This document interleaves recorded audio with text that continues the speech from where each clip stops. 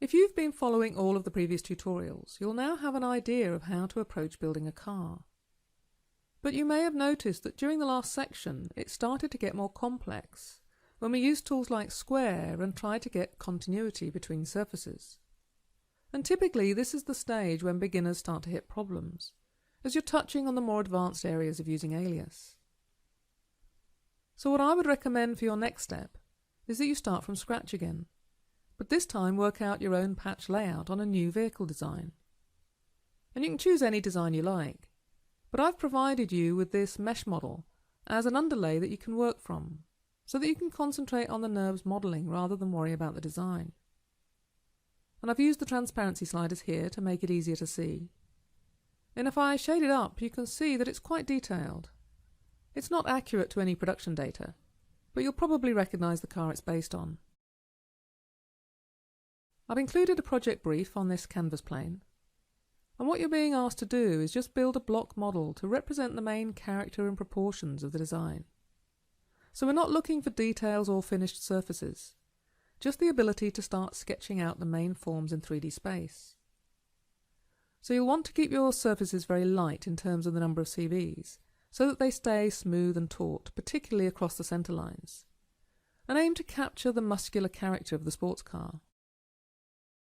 And you'll need to trim some surfaces, like this side window.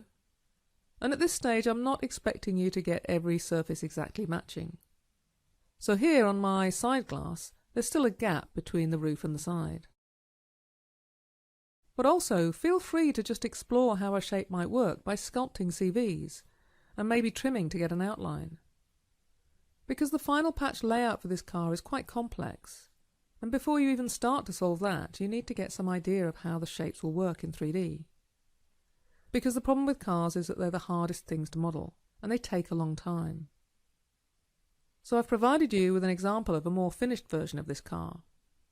And it's still a long way off being good enough for production. But even so, it still took 7 days of an experienced Alias modeler to get it this far. So be realistic with your expectations at this stage of your learning. Just relax and enjoy the modelling, and see how far you can get. So alternatively, if you'd like to take the electric car design a bit further, then I've provided a basic model with a few extra features that you might like to try. And I've also included Mike's final design model, which uses a lot of advanced techniques that we haven't covered yet, but which you can still learn from and get some ideas for your own practice. And finally, in the next 2 workflows, I cover some techniques for building wheels. And these are a much more manageable project than a vehicle exterior, and something I often recommend to new users for practicing and developing their skills. So I hope you'll continue enjoying and learning Alias as much as I do, and thank you for spending the time to work through all these tutorials.